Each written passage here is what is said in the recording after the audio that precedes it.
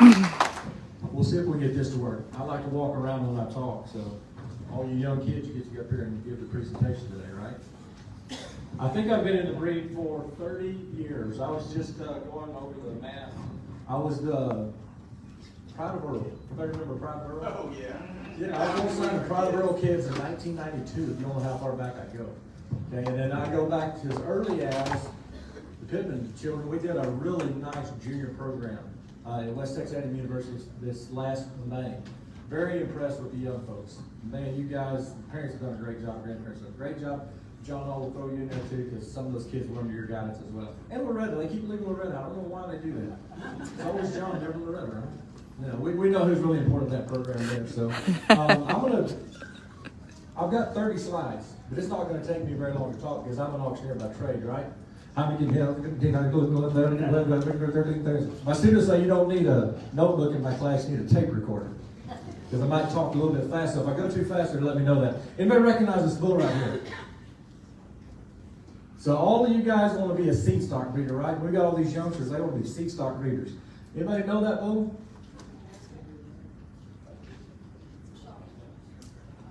What's $1 million bull? How much did he sell for? 1.51. $1.51 million. How many of you guys are going to sell a $1.51 million bull? You'd like to, right? All of us seed stock breeders, that's what we want to do, right? So I'm going to talk a few things about how we're going to get you there to get closer to this.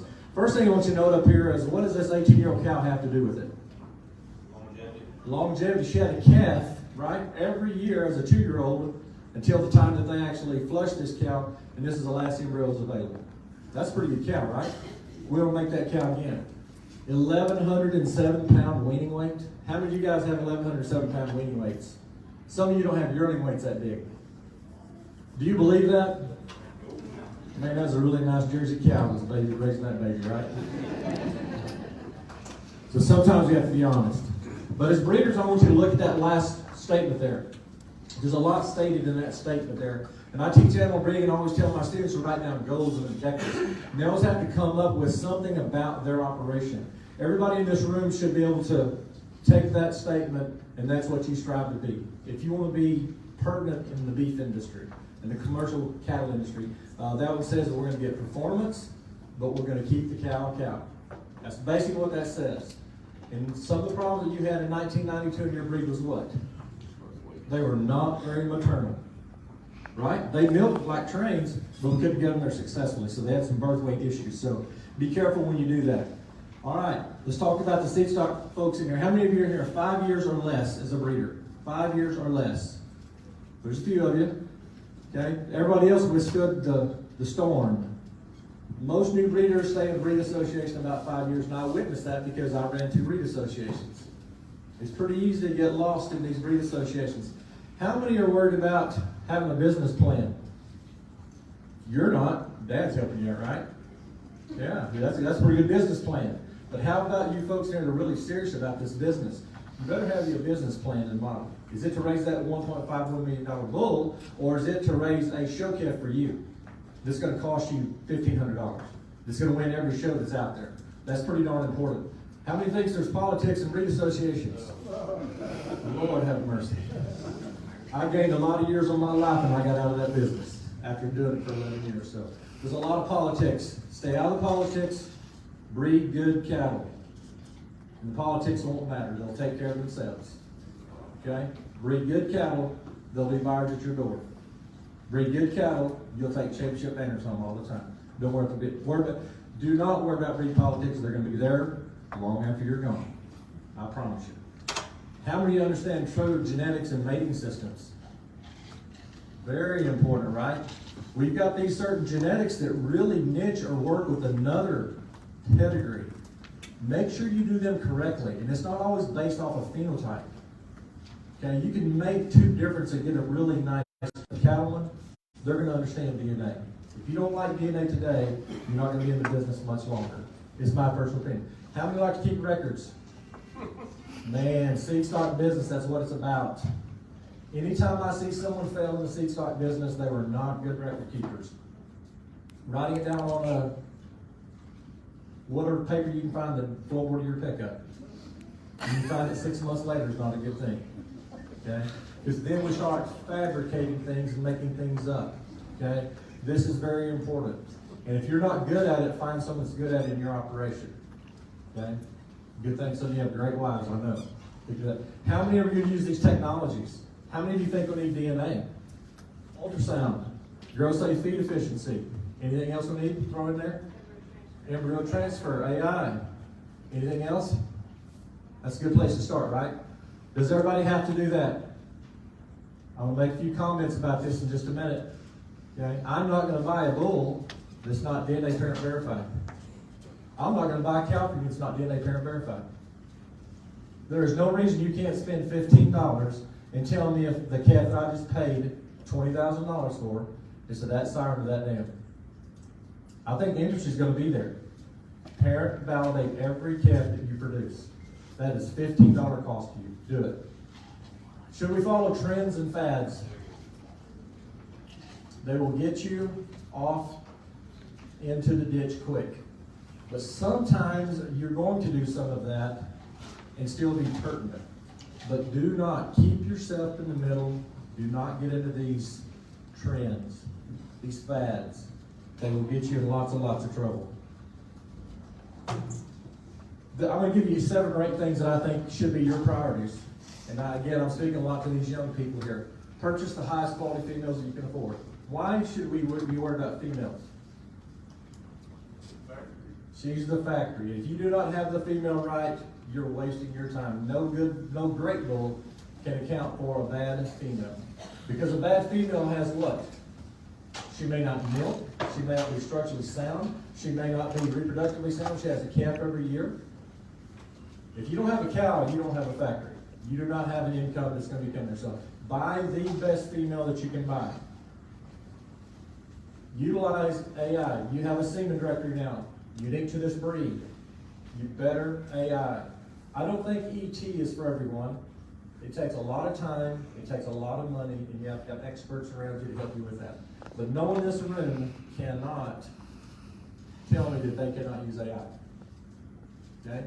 I teach a class at the university, and I can teach pretty much a monkey how to AI a cow. It's that darn simple. Handling the semen is pretty critical, but if you get that right and you get it inside that cow, you're going to get some pregnancies. And I can teach you to do that. You guys on farm should go do it yourself, or have some youngster in your operation do that for you. Use the best bull you can do. Do not necessarily think you got to buy the best bull. Can you buy the best bull? In the straw semen you can. Make sure you do it. The pedigrees matter. Do I want to go out tonight and buy a bull that is sired by my cleanup bull that's 10 years old? Is that what you want to buy at a national sale? You don't. You want to buy the bull, the calf that's sired by what? The best pedigree bull that you can, has the pedigree and has the EPDs to back it up. And I know EPDs can be challenging for some of you. How many like THR? That is a good sign. Again, I've worked for 2 different breed associations, and I know it's killed some people in this breed. When you first tried to implement it, you lost some really good breeders because of that. THR is a must. Associations can't make it without it, and breeds cannot make it without it. And I'm going to share a few reasons why that happens. But if you're not into THR, I highly recommend that you look deeper, think about why you should be in THR. And I'll cover a few slides why you need to do that. Flawless data. Contemporary groups. Does everybody know what a contemporary group is? If you don't understand contemporary groups, take time to research it. 90-day slices on the same sex of the same breed, in the same pasture. And do those correctly so EPDs will be correct. And I'm going to give you an example here in a minute so the youngsters here in the front can do some math. Submit birth weight and weaning weight on every calf produced. Birth weights and weaning weights. Is that possible? It is not.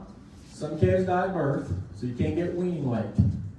Everybody should give me birth information, not necessarily birth weight. If you don't give me birth weight, what are you going to give me? Kevin E's. Give me a Kevin E score or birth weight, or give me both. I think everybody should be able to do this. Now, we can talk about someone's got 20,000 acres and 10,000 cows. that becomes a lot more complicated. But those big outfits get it done.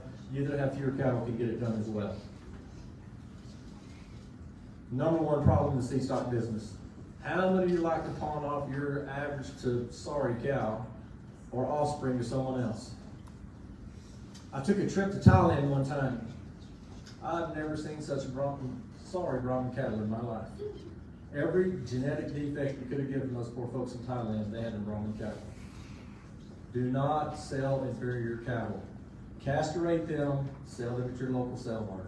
Do not let someone else own that problem. It's bad for you as a breeder, and it's bad for the breed. You may know what front pasture cattle are. Every one of you in this room better have some front pasture cattle. That's the pasture that's going to, when I walk up there and I want to buy some cattle, I can go up there and say, whoa, man, these cattle have really good disposition. Man, these cattle are easy flesh. Man, that's a really super feminine, docile cow. And man, that bull's got a ton of muscle when I see him. They might have to have some flesh, but all your cattle look like that? Now, I'm going to show you a picture here. I'll tell you that it might not be. And I'll apologize to 3 breeders in here. I've kind of been to your website and I've stole some pictures from you. Todd, that did not come from your website, just so you know. Yeah, there's trees as a picture. That's pretty good. Yeah, that's not much children, is it? That's right. If anybody recognizes that picture, is that a front pasture cow? She's not. She's a good. But she's a good one. She has had 18 calves in her 20 years of life. She looks bad right there, right? She's not the picture you want to put on your website. But darn, she's producing some good females. Put her daughter on there. You fed a little bit. But that really is a good cow. At WT, we've got a research project going right now. The cow is 18 years old. She's had 16 calves. A full blood, and we're flushing her for a breeder. Because she's done all the things right. And we're making him some full blood embryos. But she's not pretty. Is that a better picture to put on your website? Oh, much, much better. Look at that perfect udder on a cow. You youngsters, if you don't know an udder, look at that udder on that cow. That is nice. That's a balanced female, looks easy fleshing. She's got some length and extensive femininity to her. Really, really nice. Rear the right bull, and you probably got a champion in a show ring probably. How about this little heifer? Probably don't want her on your website, do you? She needs some feed. She's a little green. Man, she's got an awesome pedigree. Everyone would be proud to own that heifer if we would have done something a little bit different, and someone might recognize this one. Same cow, we put a little feed on it, we halter broke, we worked her hair every day. Okay? Now then, same heifer. Which one do you want to mark on your website? On brochures, pamphlets, anything you've got. Think about it. How about this little guy? He's in some tough country, right? He's not front pasture, but he's probably a pretty good bull. If we go ahead and feed him, we do things right, could he look like that? And that's a guy. Those are my guesses. Get those phenotypes in your mind and be careful about the pictures you're putting out on the internet. Commercial cattlemen see those. You can make some of the very best cattle in the world look like the worst ever produced. Do not do that with pictures. It's on you if you do. Please don't do that. All right, this is kind of my pet peeve here. I want every one of you to ignore. These are just some of the rules that happens, and it makes some people mad because you're going to make me register every calf by being in THR. Is that true or false? It's false. I'm going to make you turn in data on every calf you produced, but you don't have to register one of those calves. Castrate the bulls that need to be castrated. Sell the heifers that are not worthy of being a cow. Get rid of it. Turn in data, because data is what we've got to have. It comes with a few kind of cool things that you get with those, but if you look at EPD calculation, they will tell you weaning weight is required. Okay, for you to get EPDs on all these cattle in THR, you have to turn in weaning weight. All of our EPD calculations go back to weaning weight. You can give me a birth weight, but not a weaning weight, it's going to impact EPDs. Give me an accurate weaning weight and the correct contemporary group, and we can do something with it. All right, so let's do a quick little math problem here. This is a contemporary group problem I give my students. I've got 3 calves. I've turned in data on all 3 of these calves. I've got adjusted weaning weight, 475, 525, 500. If we take the average of these 3 calves, divide their performance by the average, they get 95 ratio, 105 ratio, and 100 ratio. Which one is better? 105 ratio. 105 is my best calf, right? Or weaning weight. Do the same thing for yearling weight. Take the average, divide the performance of the calf by the average. I get a ratio 104, 96, 100, which is your best ratio. 104, which is the best calf up here. Okay, what are you going to do? Which one is you going to pick if you had to? You're selling wean calves. I picked 104 if I went to sell wing, or 102, I'm sorry. Wean calves, right? Because you got a 105 weaning weight, you're not keeping them to yearling, you're selling them at weaning, right? This is what you're going to do. Now, what is the problem with this scenario that I've got here? It's not factual. It's not true because this breeder, we're going to say it's you, young lady. Okay, this is your operation here. She really had 5 calves she produced this year, but 2 of them she didn't like quite as well. Kind of embarrassed, didn't want to give the data on those cattle. Now then what happens when she turns in all of the data? The same calves you just saw, what happened to their ratios? What up? Their ratios got altered significantly. She turned in bad data. It impacted her EPDs negatively. If she'd have turned in all the calves, and these ratios would have been in place, her EPDs would have been better on her best calves. THR says turn in every data point, let the data tell you, because EPDs work off of ratios within contemporary groups. It does not matter that's 525. It's looking at ratios in a contemporary group for a breeder. So remember that. Proper contemporary grouping is important. Turn in every calf. I got this off your website. I don't know how true, factual, accurate it is. I think it came out maybe over your bylaws, maybe. Kevin score. Should we give Kevin scores? How many of you give birth weights? Few of you? Or you like my neighbor, he drives in his pickup and it's, oh, dang, it's cold out there today. He looks at that calf, that's 72 pounds. Turns it in, right? Windshield weight. How many do that? Don't raise your hand because I don't know who you are. But I know some of you do, all right? Again, breed association work, we find that it's very common that you'll have the normal distribution, but man, that meat, oh Lord, it's everybody turns in a 70-pound calf on the heifer side and a 75-pound on the bull side. That's just what they do in the breed. Don't do that. Which one should you use if you're selecting off the EPDs? Kevinese or birth weight? Or both? I have some students trying to convince me to do both. I flunk them in class. Because we talk about the very first day. Either use birth weight or use weaning weight. Pardon me, Kevinese or birth weight. Do not use both. They're part whole. Only use one of those. My personal preference, I like Kevinese. I don't like birth weight. Because some of you are using a tape. You put it around the coronary band, you get a weight on the calf. You think it's accurate? Some of them it gets right on. Man, both ends of the spectrum are wrong. I do not like it. It was made and developed using Angus cattle. Angus cattle have what size of bone on their legs? Narrow. What do Braunviehs have? Big. Okay? It overestimates birth weight of your calves. I don't like it. I would rather you weigh the calves. Or do not give me a birth weight. Give me a Kevinese score, 1 to 5. Okay? So you can always turn that in. Weaning weights is a must. Is there?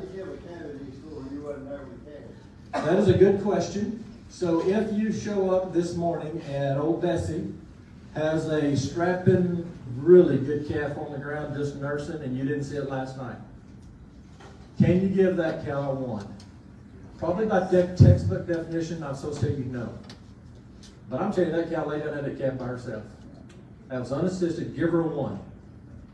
If you go out there and you have to sneak up on her and just a little light pull, just tug the leg just a little bit and it came out, give her a 2.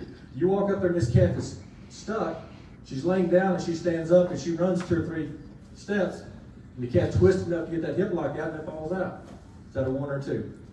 Probably a 2. You probably had a little assistant. Okay, so use your best judgment. But yes, and you're not going to get on every one of them. You will not get it on every calf. But it is important you get those. Weaning weight, can everybody get weaning weight? This is challenging. Scales cost money. Okay, find someone where you can get these calves individually weighed. You have to have weaning weight. I'm telling you that right now. You have to have weaning weight in a THR program. Yearling weight, I put this one up here. I know that you guys collect this one. What happens with yearling weight? We pick big, big, big, big, big. What did the Angus Association do? They picked big for the last 30 years. They've now got the largest cow in the world by weight. Okay? So we showed let's go back real quick here. This one right here. If I were to pick the perfect calf, I would say these are all females here. Which one of you want to pick is a replacement heifer that you might want to put back into your program? You like this one or do you like this one? This one? How many raise your hand if you like this one? It's a good test question. How many of you like this one? This is the one I like. Anybody know why I would like this cow or this heifer? Don't have to feed her so much. That's right. She's a 109, going to give me all she's got to give me weaning weights. What happens to the mature weight of her kids? We sell it in weaning weight and sometimes at yearling.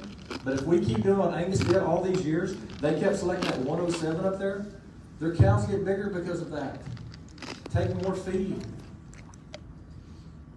Learn how to look at ratios. Here to here. I would much rather have that one. What I'm doing. Youngsters, remember that because you're going to be selling cows to me and I'm going to put it in West Texas.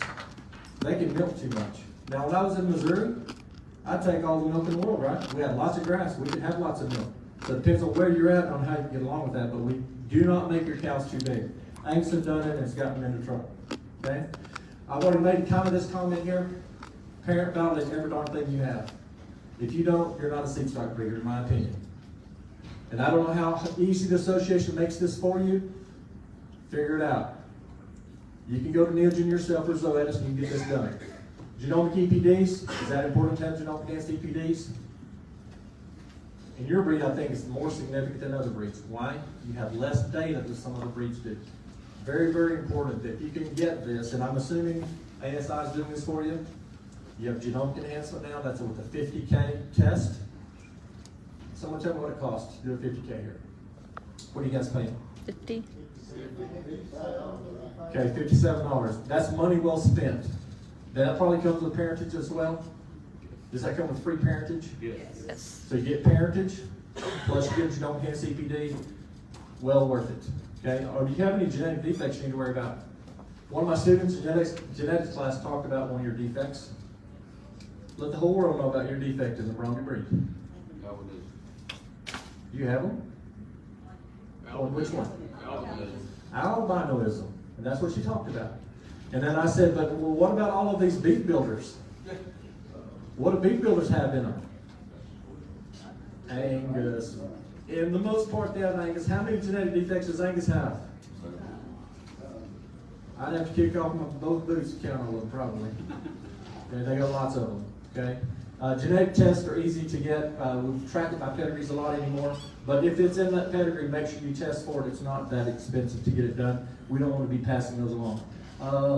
This one here basically says, if I'm doing DNA, do I still have to ultrasound? Do I still have to get carcass data? Do I still have to get birth weight? Do I still have to do all those things?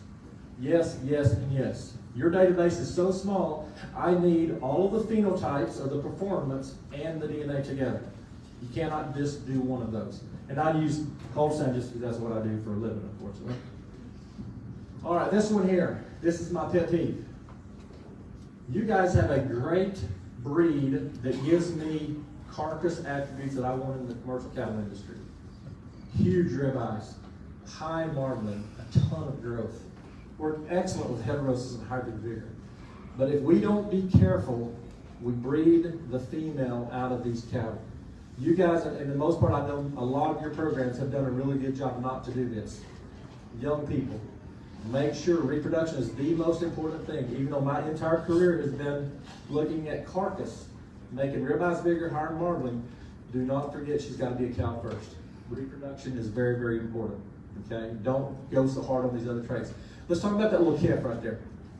I don't know, we're having a conversation here earlier about pictures and how hard it is to get that picture. Do you know how long it took me to get the picture of that calf right there? That calf picture was on the cover of the Texas Southwestern Cattle Raisers Association. Picture I snapped in Lufkin, Texas. I first saw this calf and thought, dang, this is a really nice calf. I chased this calf and covered around for 2.5 hours. And finally got the picture that I wanted. And you guys are going through your cell phones in 2 seconds, you got a picture, and that's what you put on the internet. Good pictures take time. That's a testament to it. All right. Extreme selection. I don't know who I stole these pictures. Anybody recognize these pictures? Who did I steal them from? Had to be somebody in this room. Where was that from your page? I'm gonna say maybe it's Marilyn's page. Or maybe Alexandra. Yeah, I think so. I got one from you. Again, I thank y'all for all of that. I appreciate it. I just went to Peruse and trying to find all those. I didn't pick that up because you were selecting extremes, okay? I just had, that's pretty pictures, I thought. Made really good counts. But do not select for extremes. And do not select for extremes anytime. Ever, never, ever. Okay, this one here basically says that they've been selecting for extremes in the beef industry. What's happening to marketing score? Angus had driven it to get to what? Prime. 13% of cattle graded prime in February of 2021. Do your cattle fit that model? Your cattle will grade. I'm telling you, they will. And they'll put bigger ribeyes on there with really good yield grades. You should be proud of that. You should market that. Okay? Don't be afraid that you can't be in an upper choice market, especially if you got 7 black cows. Man, you'll make those calves good. Okay? Sell some of those bulls to some black cows, and you'll make everybody happy. This one here, some of you probably not familiar with what's going on. We either ultrasound for carcass data, we kill the cattle and get it with a camera. Which one is right? Which one would you rather have? The slaughter data? Okay, that's what most everybody says. I totally disagree with that. Not picking on you, I totally disagree with it. And I'm going to show you why here. I'm not just going to pick on you there, okay? This one here, I can tell you how fat they are and how much ribeye they are based off of a consistent ultrasound image.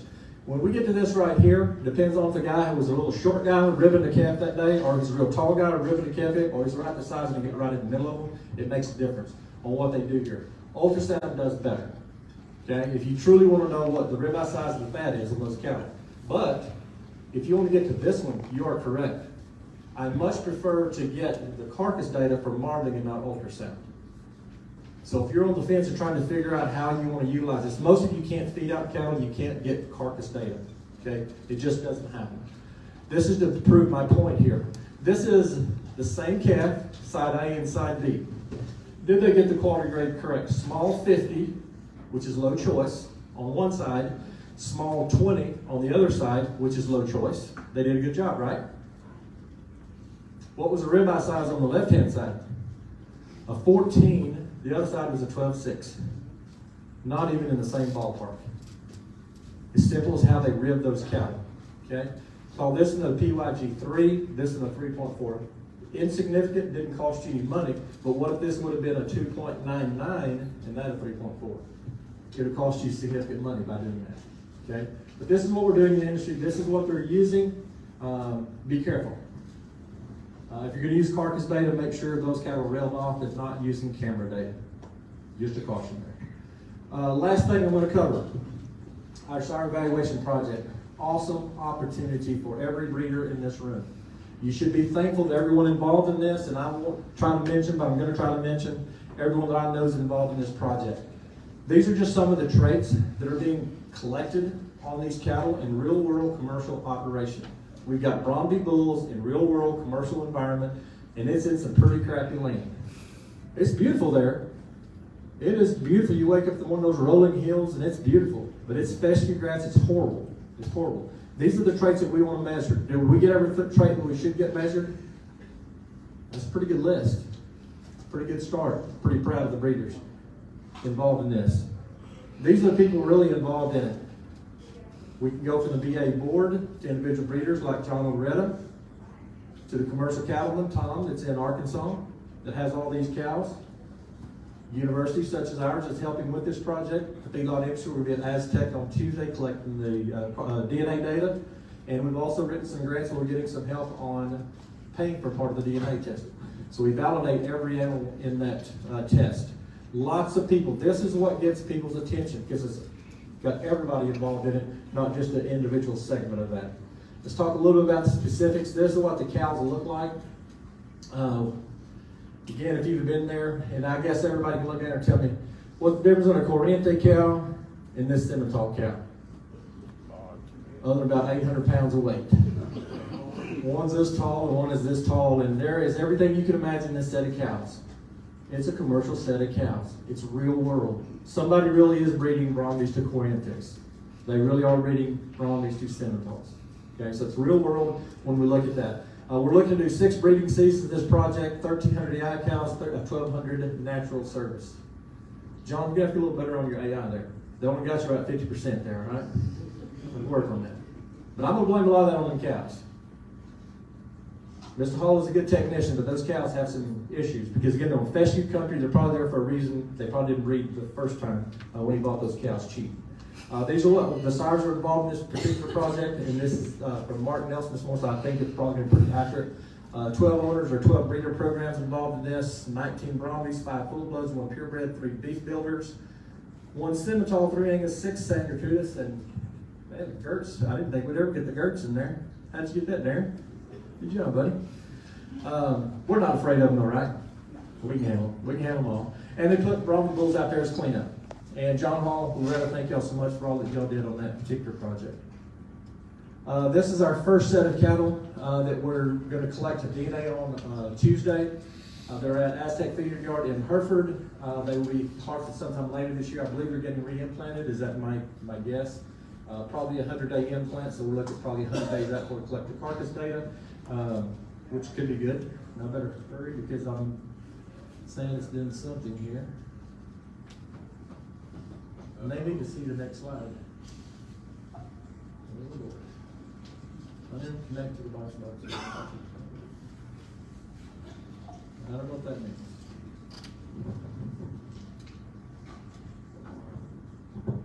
Hang tight, just gonna say. We're almost done too.